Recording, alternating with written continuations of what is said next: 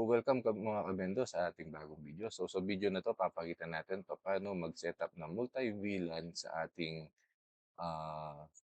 TP-Link SG105E or 1058E na ipapalabas sila sa isang port lang. So ayun, kikita nyo naman doon sa thumbnail kung paano yung setup ng ating ah, TLSG105E. So, kasama na yung connection niya papunta sa MikroTik.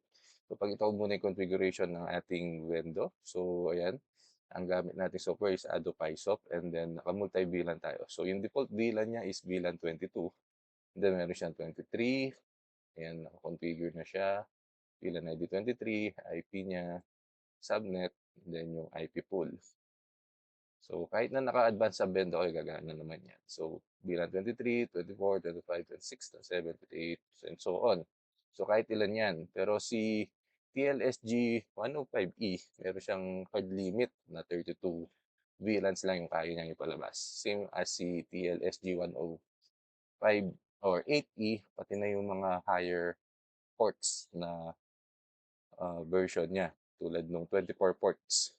Ganun pa rin, 32 VLAN yung kaya niyang ipalabas. So, meron naman na kaya magpalabas ng 4,000. Tignan nyo na lang kung anong model yung mga yun. So, ito yung sa Vendo setup natin and then yung sa MikroTik setup natin. Ito. So, may PoE tayo na yan, meron na tayong PoE account. And then yung PoE natin is nakalabas siya via VLAN 100. And VLAN siya, VLAN ID 100. Okay? So, mula sa kanyang output port, so sa configuration niya, si Ether 3 siya yung output natin. And naka-VLAN 100 yung PPPoE niya. Okay? So, ayan. Yan yung configuration ng ating PPPoE tsaka Bendo software or Bendo machine. So, kahit na anong Bendo software yan, basta may VLAN, kaya niyang palabas. So, pakita natin yung demonstration. So, ayan. Cast lang muna natin yung screen.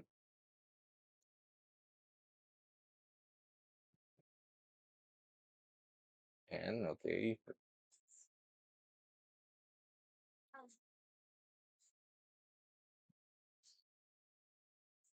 Ayan. So, yung gamit natin is isang 5v5 yung pinag-configure natin para mag-broadcast ng multi-VLAN.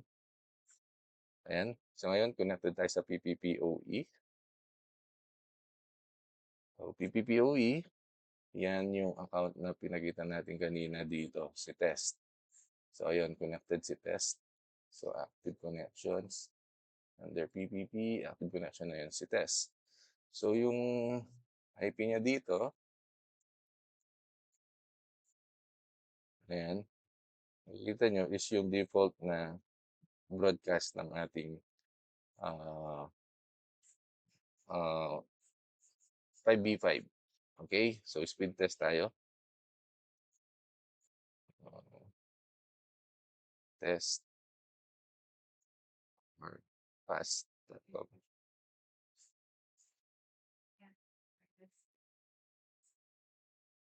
Bali, binroadcast ko lang siya sa 2.4 GHz. So, mamaya papakita ko rin yung config ng ating 5v5. So, nakapalabas lang siya ng 50 Mbps pero dahil 2.5 yung gamit natin, ay 2.4 GHz, hirap siyang palabas yung buong 50. So, yan. So, working naman siya. Okay. Next, kukonect naman tayo. So, nag-create ako ng Wi-Fi rin na Piso Wi-Fi. Nasa na siya?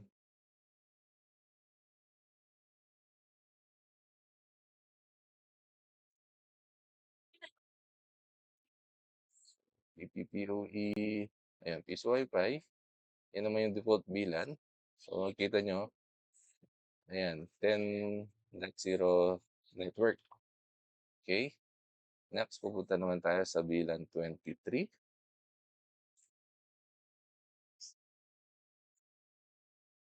Ayan, nakita nyo, VLAN 23 naman siya.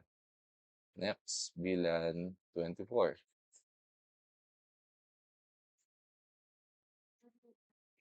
Ayan. Okay, so multiple VLAN na pinapalabas sa ah, isang port lang ng TLSG 105E and then sa 5v5 naka-configure siya na magpalabas ng multiple VLAN. So, depende sa setup. So, ayan, papakita ko po paano siya i-setup. Okay, close ko na muna to. Okay. So, yung 5v5 natin is naka-reset. Close ko na muna to. Ayan. Bali, magko-connect muna tayo sa ating TLSG105E. So, isaksak lang yung ating LAN cable sa kanyang LAN 1 and then i-power on siya. And then sa ating sa computer is i-configure natin yung ating LAN port. So, dito sa network, right-click network internet settings. Then, Ethernet. Ayan. So, dito, mag-edit ka ng inyong IP. And then, magma-manual ka. So, manual.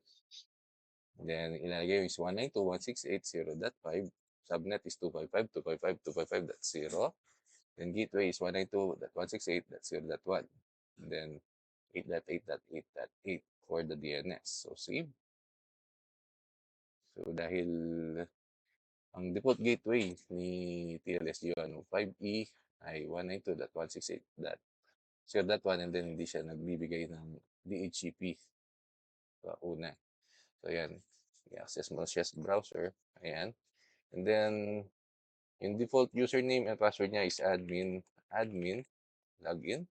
So, yun yung papagawa is magpapalit siya ng password. So, yan muna tayo natin ng 1, 2, 3, 4, 5, 6, 7, 8, 9. 1, 2, 3, 4, 5, 6, 7, 8, 9. 1, 2, 3, 4, 5, 6, 7, 8, 9. So, confirm. Ayan. So, makikita niyo wala pa siyang configuration. Naka-default pa siya. Yung na natin gagawin is i-enable natin ang VLAN, ano niya,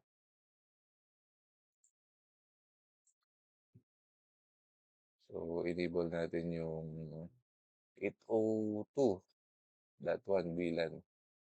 So enable, apply, then magre-restart siya. Okay. So hintayin lang natin siya yun, operation successful. Tapos niya pwede na tayo mag-define ng VLAN natin. Bali dito, i-configure muna natin yung ating default VLAN. So, papangalanan natin siya as default. So, yan. By default, ayan na siya. So, tatanggalin natin as member si port 4 and 5. So, not member sila. Dahil sila yung gagawin natin output ports natin. So, modify. Yan. So, okay, mamaya na lang natin gagawin yan. So, management port muna natin. So, sa management port natin, VLAN 11. So, yung magiging tag natin is si port 1 or ang tag is port 1 and then port 2 is siya yung tag. So, siya yung nagbibigay ng tagging sa network. Then, lalagay natin dito is management. Then, apply. Okay. So, kanina, hindi niya gustong patanggal si 4 and 5 dahil wala silang member. So, mamaya, lalagyan muna natin sila. So, susunod is si VLAN 22. Ito yung sa network ni Windows. So, VLAN ID 22. Yung untag niya, si 4 and 5. And then, yung tag niya is si port 2. And then, not member si port 1 and port 3. Si port 3 is gagamitin natin for PPPoE. So, dito, VLAN 22. Apply. So, right, save. So, 22. Then, to, apply modify. VLAN 22, ayun, 'di na-save kanina. So, susunod naman natin is yun, for example, meron pa kayong mga VLAN 23, 24, and dito VLAN 23, and then pangalan ng VLAN 23. Ito yung settings niya. Si port 2, siya yung ating tag VLAN, and then tag rin si 4 and 5. Okay, and then add, modify. Next, kung may VLAN 24 pa kayo, ganun na lang din yun. So, ulit-ulit na lang siya. Pagpuntaan na lang sila ni VLAN 23. So, si port 2 is magiging tag, and then 4 and 5 tag rin. So, VLAN 24, add, modify. Kailangan ID 24. So, di na nilagay 24. So, kailangan ilagay mo na yun. Kung hindi siya nilagay is mabubura. So, tag si 2, and then tag rin si 4 and 5. So, add, modify. Oops, nakalimutan natin lagyan ng 24, then VLAN 24. Add, modify. Next, si VLAN 25. So, 25, VLAN 25. So, ulit-ulit na lang siya hanggang sa mga lahat ng VLAN nyo is malagay nyo, and maximum lang ng 32 for TLSG 105E and 105.8 or 105, 108E. Maximum VLAN na kaya na lang nilang i-broadcast ng sabay-sabay is 32 lang. So ngayon, for port 3 natin, for PPPoE, ayan, VLAN 100 yung nilagay natin sa ating MikroTik. Lagay natin dito, PPPoE, VLAN 100. PPPoE na lang. So, yung dito, ang tag port is 3, and then lalabas siya sa 4 and 5. So, add, modify. Ayan, nakikita niyo na si PPPoE. So, yung pagsaksak natin dito, si PPPoE nasa LAN port 3 siya. Si internet sa LAN 1, LAN 2, doon si Orange Pi or yung ating Windows software system. And then si PPPoE sa VLAN, port 3. And then port 4 and 5 sila yung output natin. So, pareho silang maglalabas ng lahat ng VLAN natin. And then sa ating PBID, isi-set natin yung ipapalabas nilang default na VLAN per port. So, para kay port 1, ayan, 1 yung ilalagay niya. Port 2, default natin siya as 11. Apply. Okay, kailangan i-select muna dito. And then, lagyan dito sila ng default VLAN ID.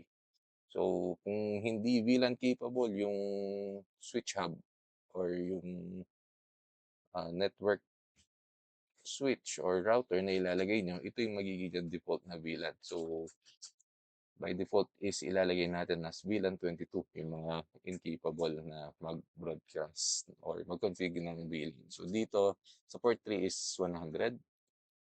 And then for port 4 and 5, 22. Ayan. So, gaya nyo lang yung configuration na yan, lalo na dito sa VLAN, yung kanina yung pagtatag natin. So, sa ngayon, yung pinagtig lang natin is 22, 23, 24, and 25. So, yan yung configuration natin para sa TLSG 105E. So, ngayon, bali, pagkatapos ma-setup lahat ng VLAN tsaka PPoE, basta't nalagyan na ng ah, tag ports si 3 and 3, 4, 5, pwede mo nang i-edit ulit si default. And then, gawing not member si 4 and 5. Okay. Yan. Add, modify. Yan. Para makasigurado ka na ang yung port 3 and 5 are, or ang port 4 and 5, eh, wala silang internet by default. So, magiging lang silang, ah, tag ports or labasan lang ng mga, access point at saka VLAN niyo, 'yan. So, wala na tayong ibang kailangan palitan diyan. So, susunod naman papakita ko yung configuration ng ating 5v5 router. Bale sa ngayon magko-connect naman tayo sa ating 5v5. So, sa ating network isasaksak lang siya sa LAN port. So, 2345. So, sa ating settings, nag-static rin tayo para sigurado. Ayan. So, ayan, 192.168.100.6 and then subnet mask 255.255.0. Then yung default gateway is yung default niyang LAN server 192.168.100.1. Ayan, okay. Yes, wala. Ayan, tapos ayan, once na-i-access natin siya, ayan, naglo-load. Then default pa yung kanyang username and password, si Telecom admin, password is admin Telecom. So, login. Ayan. So, yung settings niya sa advanced and then WLAN.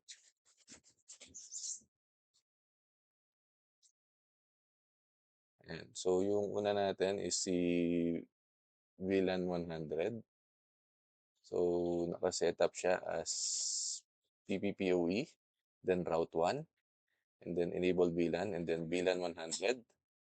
Yung kanyang policy is copy from IP precedence, then 0, and then si MRU natin is 1492 dahil yung VLAN natin is o yung PPPoE natin is dumadaan via VLAN, ito yung pinaka-optimal. Yung kapag hindi dumadaan sa VLAN is 1,500. Yung username dito, nag-update lang siya pero ito yung account na galing sa ating MikroTik. So, test ito. Then, nilagay natin siya sa SSID 1. And then, ayan, dito PPPoE, enable NAT, full code NAT, then dialing automatic. So, credit pala kay Sir Ryan for the configuration. So, i-link ko na lang din yung YouTube channel niya. Yung configuration niya naman is multiple VLAN via OLT. So, ito is VLAN via TLSG105E para sa nag-uumpisa at hindi pa OLT. Kapag naka-OLT kayo, mas madali siya. So, ngayon, para sa Piso Wi-Fi network, ayan, yung setting nyo is enable 1 and then IPoE, then bridge 1. Then pipiliin nyo kung anong SSID. So, yung ginamit ko dito is SSID 1. Ito yung 2.4 GHz and then WLAN na pangalawa. So, namin makikita nyo. And then si VLAN 23, ganun lang dun. IPoE, bridge 1, enable VLAN, and then 23. So, yung pansin nyo dito, hindi na naka-indicate kung anong VLAN siya dahil by default yung port natin is nagbo-broadcast naman ng 22. So, kahit hindi siya indicate dito, okay lang siya at gagana siya. Kapag in-indicate mo is for some reason hindi siya gumagana. Pero sa ngayon, si 23 naman, ayan, bridge 1, and then enable VLAN, 23, use the specific value. So, gagawin mo siyang 1. So, kapag copy from IP precedence, hindi siya gumagana. So, kailangan gawin mo siyang 1. Same sa mga susunod mo na VLAN nun, let's say 24, ayan, pinapalitan mo na lang yung VLAN ID. 23, 24, may 25 ka pa. So, kung ilalagay mo siya sa ibang VLAN, SSID, papalitan mo na lang yung VLAN ID. So, bridge 1, IPoE, and then bridge 1, internet, enable VLAN 24, and then use the specific value 1. Pagdating naman sa ating LAN port, ayan, naka-enable si 2, 3, and 4. Si LAN 1 is hindi naka-enable kasi siya yung upstream natin. Ayan, LAN host. Ayan, default lang siya. In-uncheck lang natin si secondary address. Pagdating sa DHCP server, kailangan i-enable siya para gumana yung PPPoE. So, enable lahat and then by default siya lang yung naka-set. And then 'pag sa security para na-access mo siya via LAN port, ayan, precise device access, enable siya. Then yung settings mo dito, ayan, application LAN, and then all LAN mo na lang, ayan. So sasaksak mo sa LAN 2, makaka-connect ka sa iyong, ah, router or 5v5. And then dito naman sa maintenance diagnose, upstream port mo gagawin mo siyang LAN 1, ayan. Yan, maliban diyan wala ng ibang configuration ng ating 5v5. Ngayon ite-test naman natin siya. So, connect natin ulit yung cellphone or kahit itong laptop na lang. So, dito sa Wi-Fi, connect ako sa PPPoE.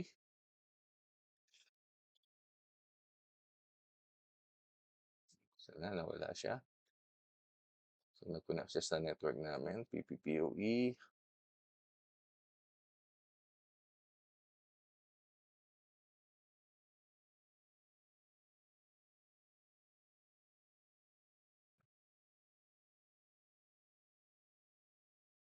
Some reason, hindi lumalabas dito sa laptop.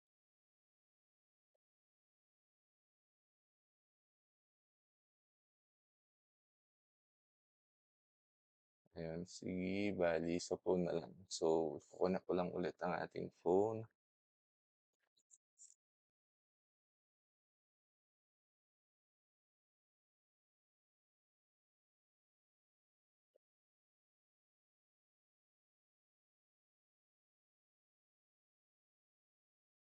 Phone natin ang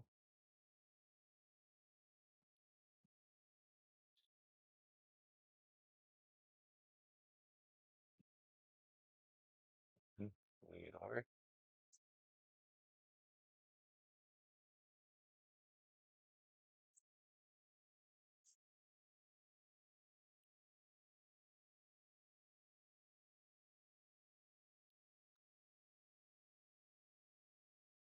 So, na yung ating mirror. Ayan, app mirror. Searching. So, magka-cast tayo or kukunin na to automatic. Loading lang.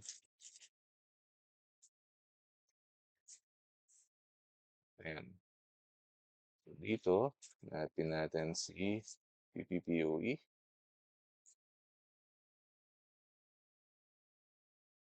Ayan, connect. Ayan, connected. Oh, hindi ko pa pala sinaksak yung ating LAN port. So, isasaksak ko lang ulit ang ating LAN port. So, mula switch hub, yung TLSJ105E, sinaksak ko yung ating LAN cable papunta sa LAN 1. Refresh. Yan, connected.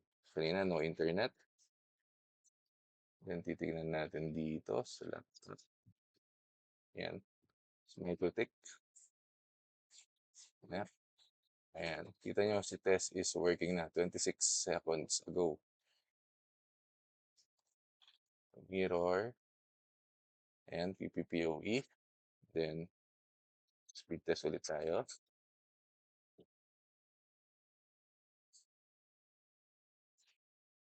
Okay, so may connection.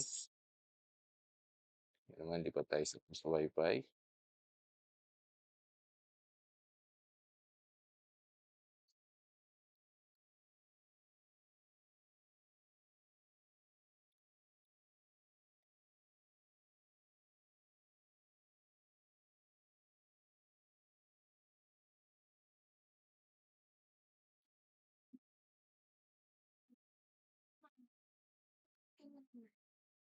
So, connected naman tayo sa VLAN or piso Wi-Fi.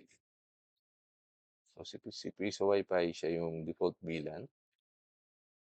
Ayan, makita, auto open. Ayan. So, again, siya si default natin si 10.0.0.1.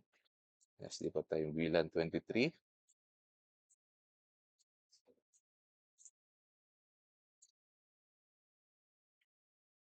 Ayan, so si VLAN 23 naman siya, then VLAN 24.